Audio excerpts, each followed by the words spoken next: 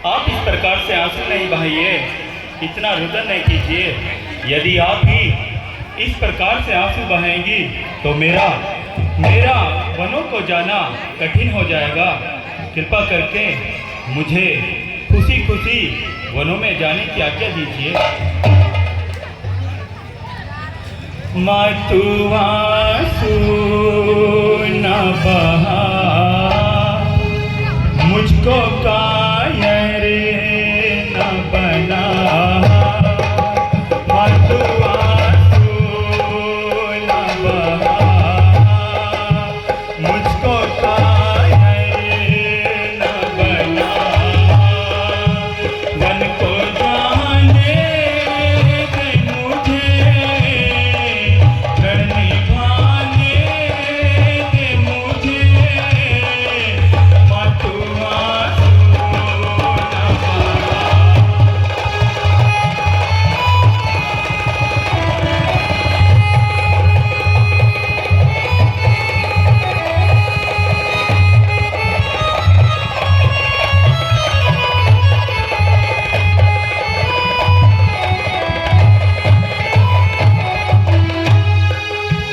मैंने माना कि तुझ में ममता है, दुख उठाने की मुझ में क्षमता है। हाँ मैंने माना कि तुझ में ममता है, दुख उठाने की मुझ में क्षमता है। हो ना मेरो सनी पिता का करिया, आकर ना तोड़ो वचन पे मर जाऊं। आकर ना तोड़ो वचन पे मर जाऊं। मातु आंसू न बहा।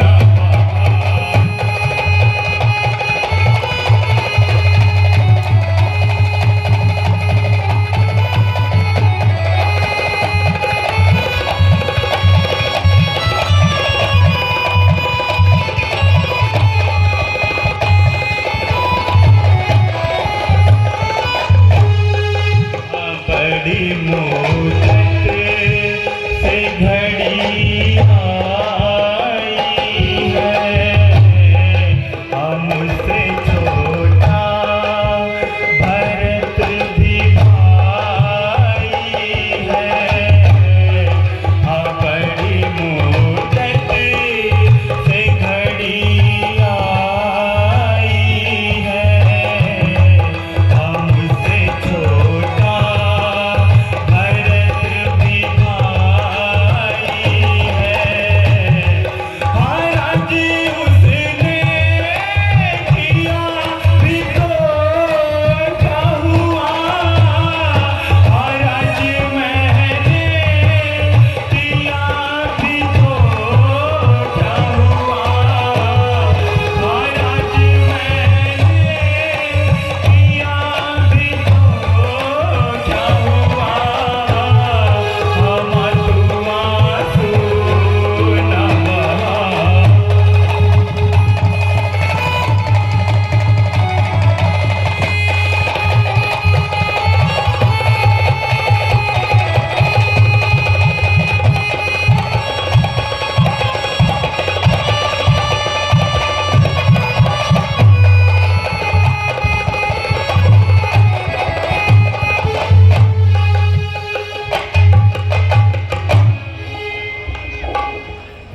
माता जी कृपा करके मुझे खुशी खुशी वनों में जाने की आज्ञा दीजिए, ताकि मैं रघुकुल के धर्म को निभा सकूं।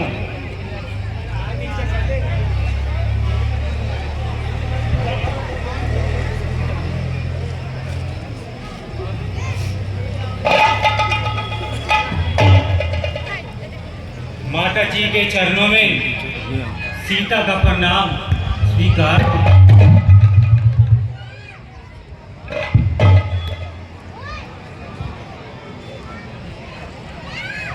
स्वामी प्रणाम। हे माता जी, आज आप इतनी उदास क्यों हो रही हो? बेटी, मुझसे क्या पूछती हो? अपने ब्राह्मण से जाकर पूछो। हे प्राणनाथ, आप ही बताइए कि माता जी क्यों चिंतित हो रही है?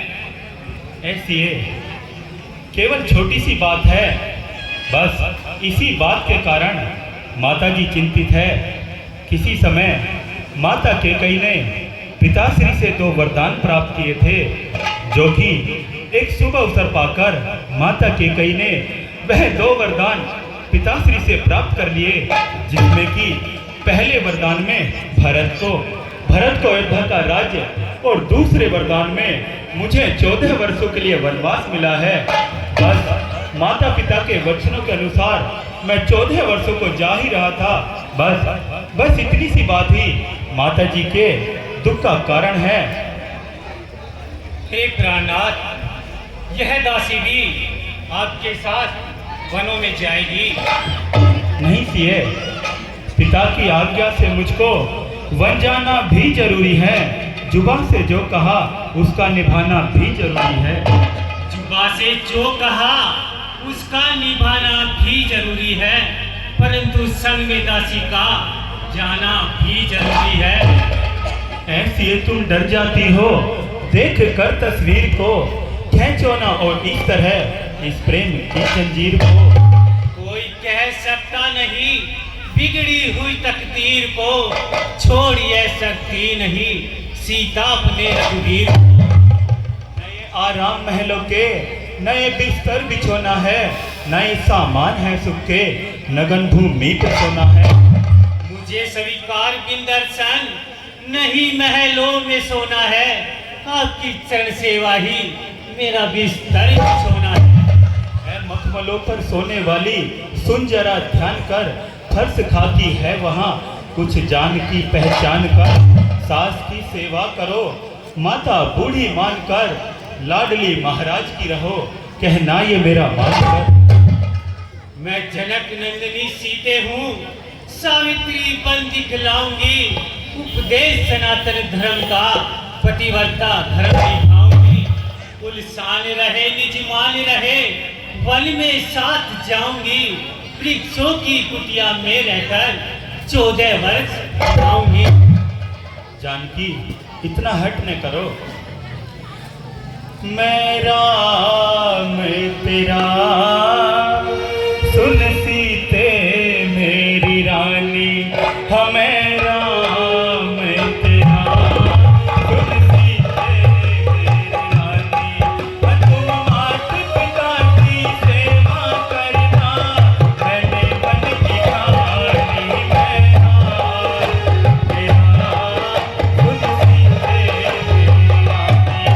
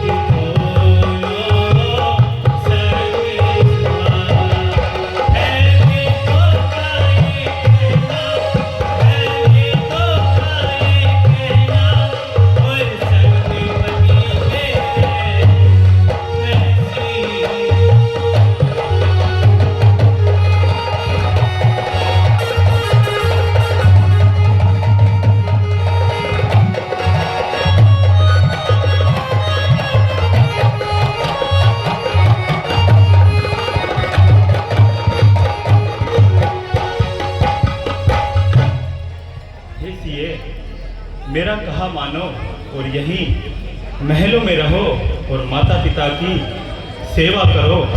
वनों के कष्टों को, वनों के दुखों से तुम भली भांति परिचित नहीं हो। कहीं शेर है, कहीं चीते हैं, कहीं कितना दुख है। तुम उन दुखों को कैसे सहन करोगी?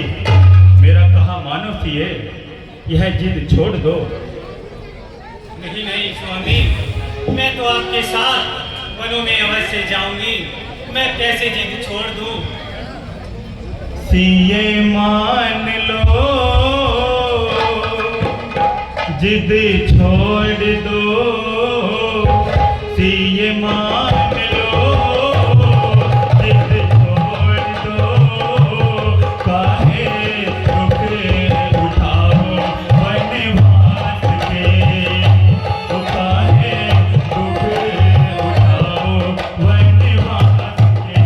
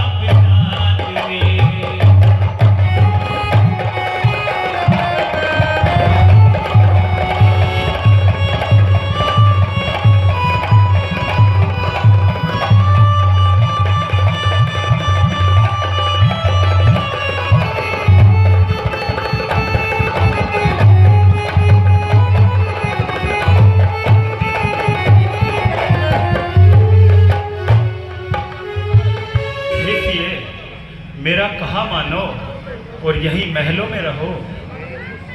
नहीं प्राणनाथ, मैं भी आपके साथ वनों में जाऊंगी। आपन मोहरिनी की जो